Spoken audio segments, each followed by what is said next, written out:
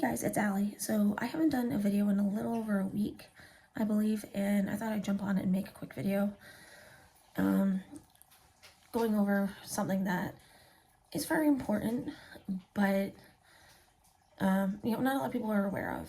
And I'm in a group therapy program right now. I graduated on Tuesday after being in the program for a month, and it's a partial outpatient hospitalization program. So you go in for group therapy for a few hours a day, and you really learn a lot. So 7 ways to find your purpose in life. This one really stuck with me because for the longest time I thought that just being a wife and a mother and being a daughter and a sister, just really completely devoted to my family, was my only purpose in life, because that's how I was raised.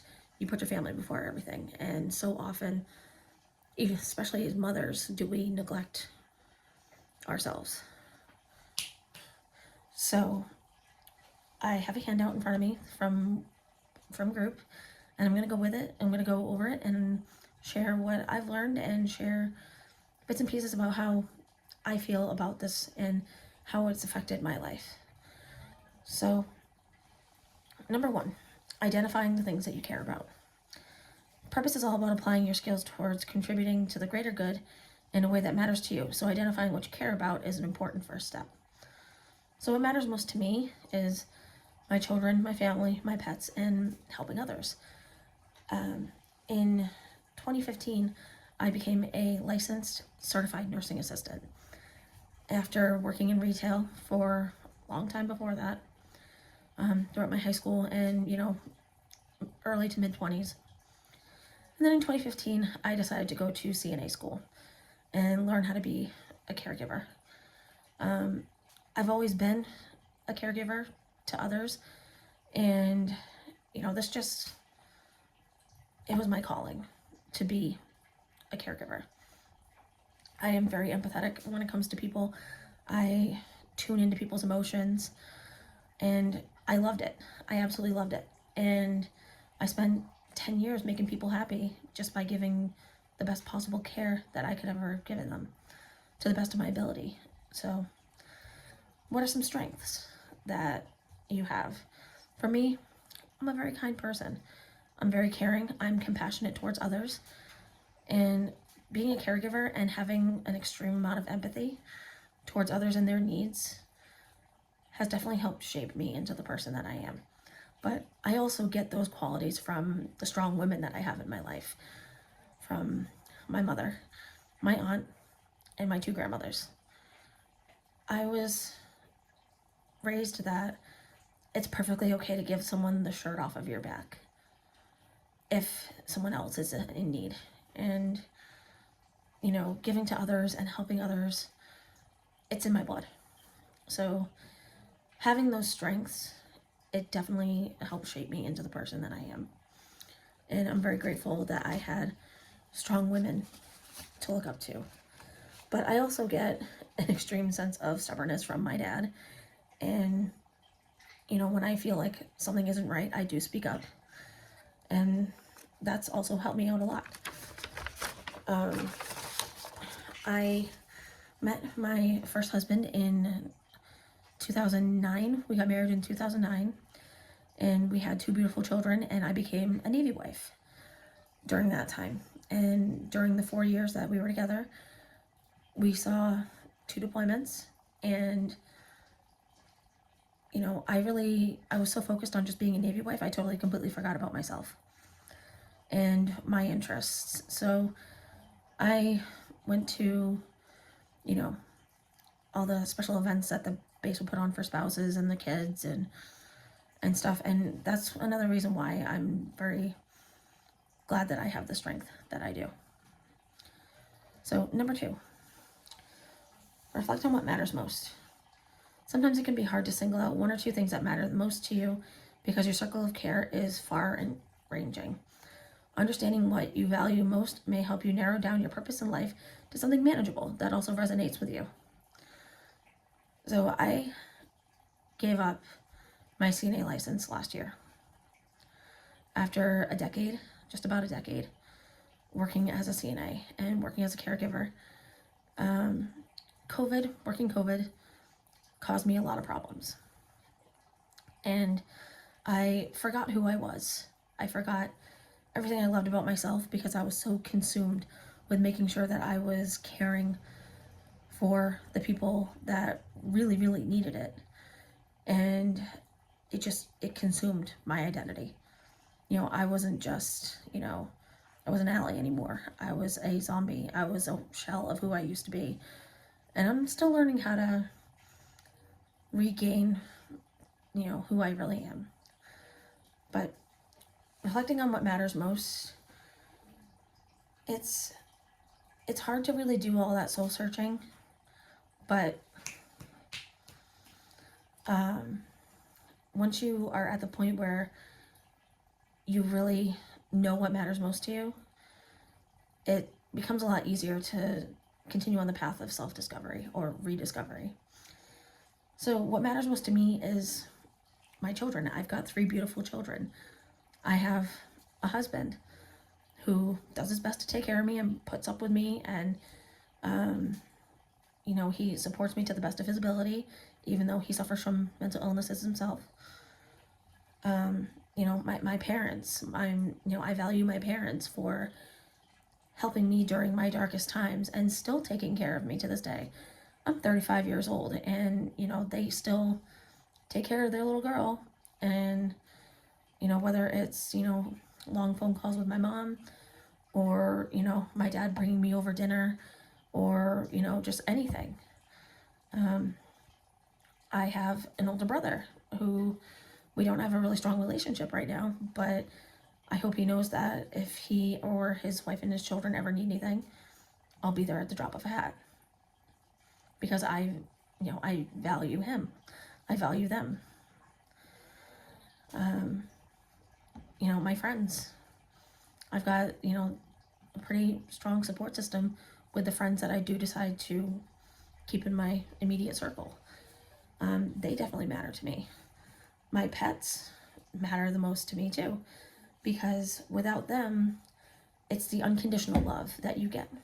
It's 100% the unconditional love that you get from an animal that, can either make or break your day, in my opinion.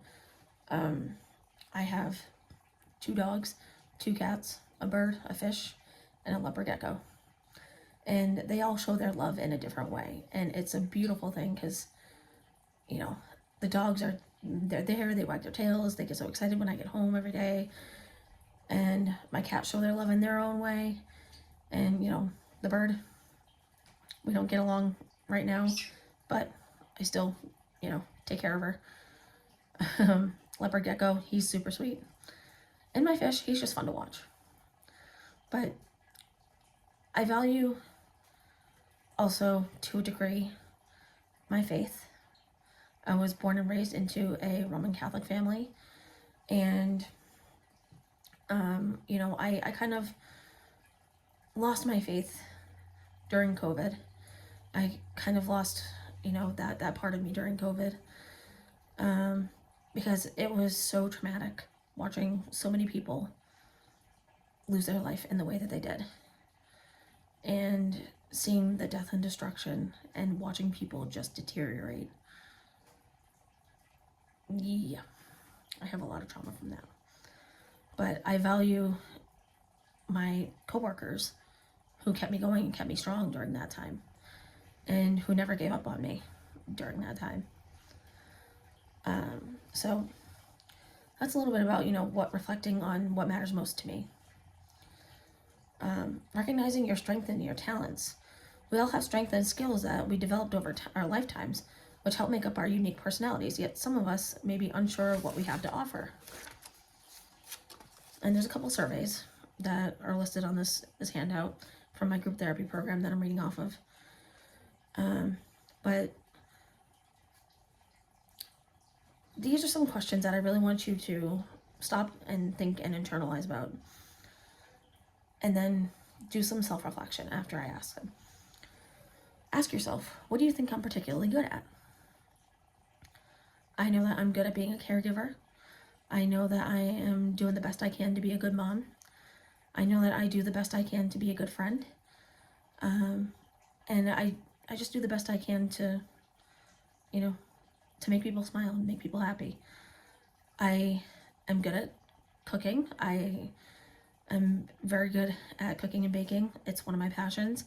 I actually have some stuff, I'm making a chicken stock right now to make homemade chicken soup for tomorrow, because rainy days mean I'm in the kitchen having fun. What do you think you really enjoy? Like I said, I love being in the kitchen.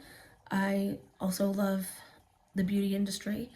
I have been dyeing my hair on my own since I was 15, and I'm fairly good at it to the point where I really don't need to, go to the salon and pay enormous amounts of money to get it done. I mean, if I want to get pampered myself to that degree, I will. But I'm really good at makeup and skincare. I've devoted myself to makeup and skincare and really taking care of my outward appearance. How do you think I'll leave my mark on the world?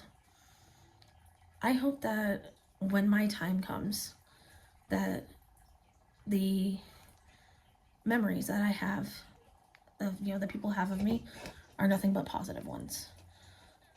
I still have people from my CNA career, loved ones, reaching out to me and thanking me for everything that I did for their loved one before they passed. And this goes back to the very beginning when I was a CNA in 2015 to now. I know that I have touched the hearts of many people during my lifetime.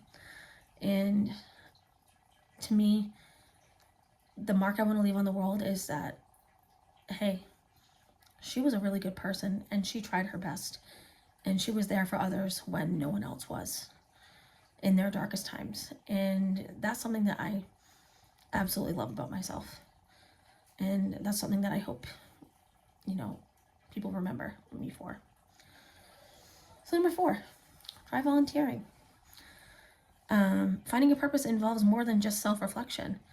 It's also trying out new things and seeing how these activities enable you to use your skills to make a meaningful difference in the world. Volunteering in a community organization focused on something of interest to you could provide you with some experience and do some good at the same time. So I just got the confirmation that I will be returning back to a very special place that I have a lot of love for in my heart. It is a parrot rescue. I start there volunteering at the end of the month. And a lot of these animals, a lot of these birds come from hoarding situations. And, they either come from hoarding situations, they were abandoned, they were abused, they were neglected. So for me, giving back and going back there where I know I can do an extreme amount of good, and I know that I'm giving back to those who don't have a voice and becoming a voice for the voiceless, definitely it makes me feel like I do have a purpose again. That's not just related to, my everyday life. So it says sometimes volunteering can be deadening. It needs to be engaging. You have to feel like you're accomplishing something. When you find a good match for you, volunteering will likely feel right in some ways, not draining, but invigorating. And that's pretty self-explanatory. Number 5, imagine your best possible self. So this one, it's very, this is where the soul searching is going to come in. So ask yourself these questions. What are you doing? What is important to you? What do you really care about and why? The why part is particularly important because purposes usually emerge from our reasons for caring, which is true. I know that my purpose in this life is to help others and to help people overcome things that either I have personally gone through or, they just need a little extra support. So, that's pretty huge. All right, let's go on to number 6. Cultivate positive emotions like gratitude and awe. Define purpose. It helps to foster positive emotions like awe and gratitude.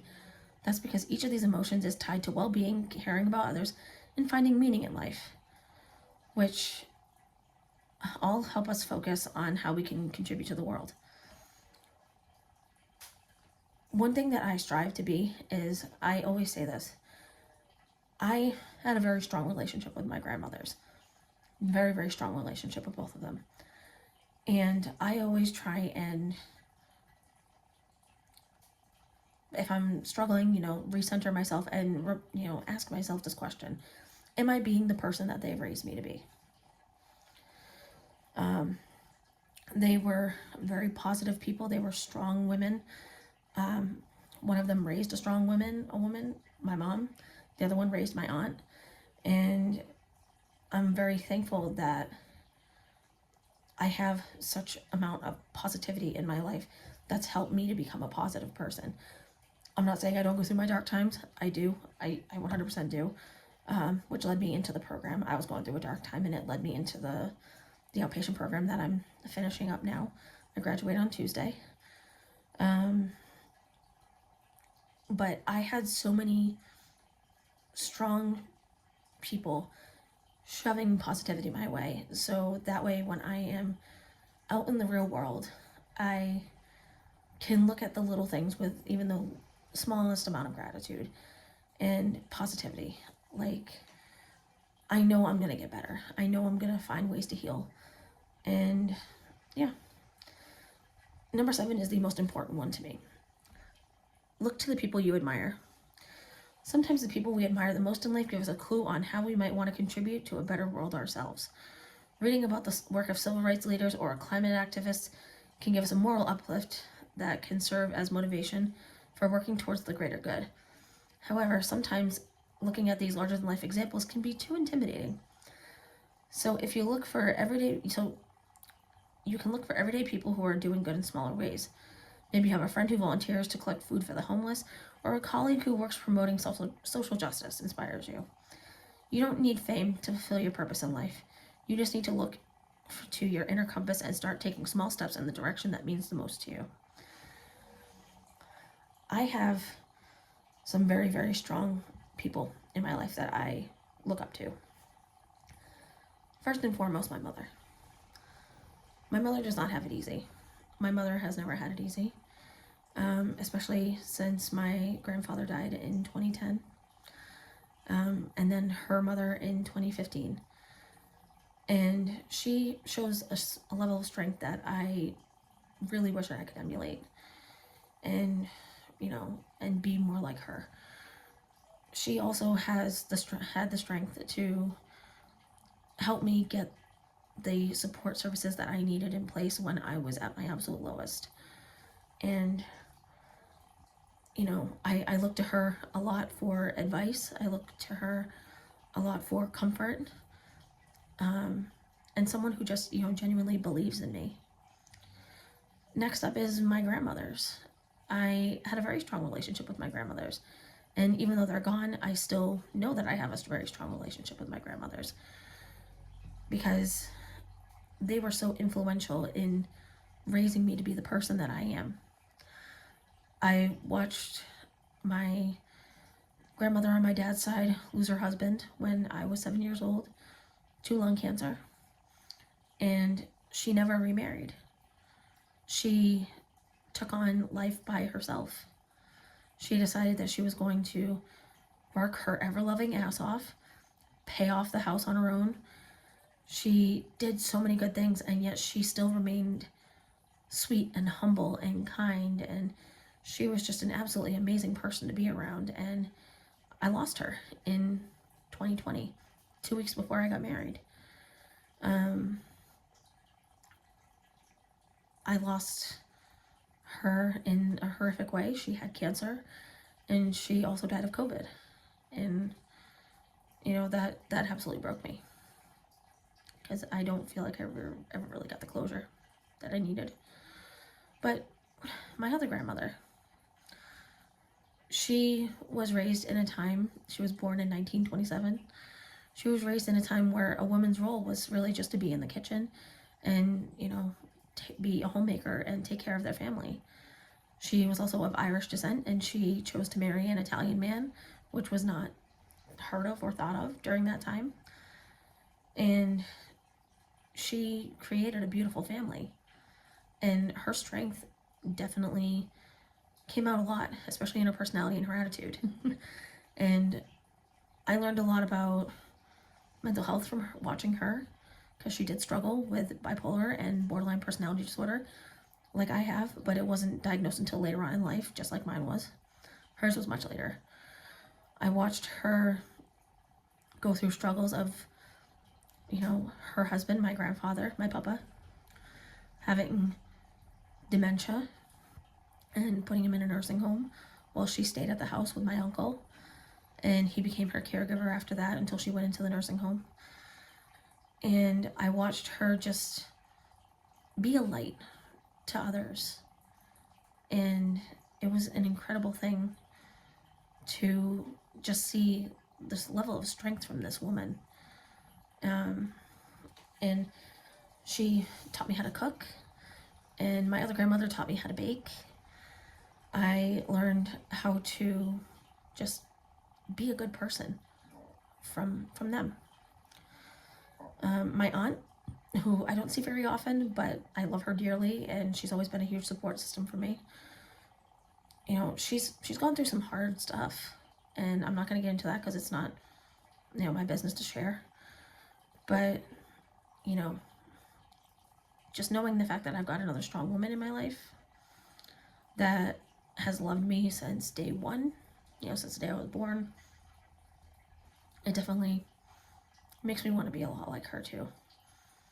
And she never settles for anything less than she deserves, and I definitely take that seriously, and I try and do that myself.